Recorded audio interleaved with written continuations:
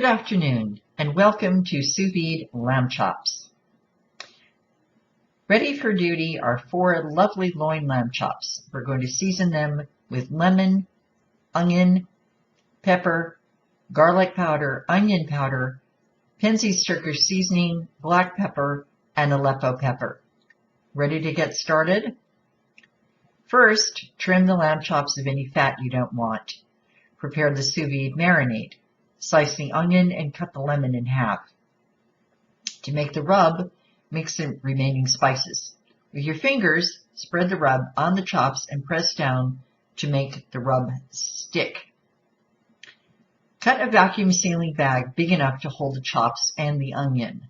Seal the bottom of the bag. If you don't have a vacuum sealer, use a large enough freezer bag.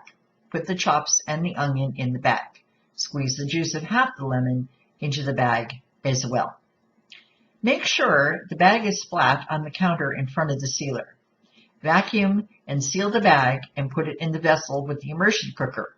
If you don't have the vacuum sealer, then squeeze all the air out of the bag and use the water in the vessel to displace any air. Set the immersion cooker to your preference.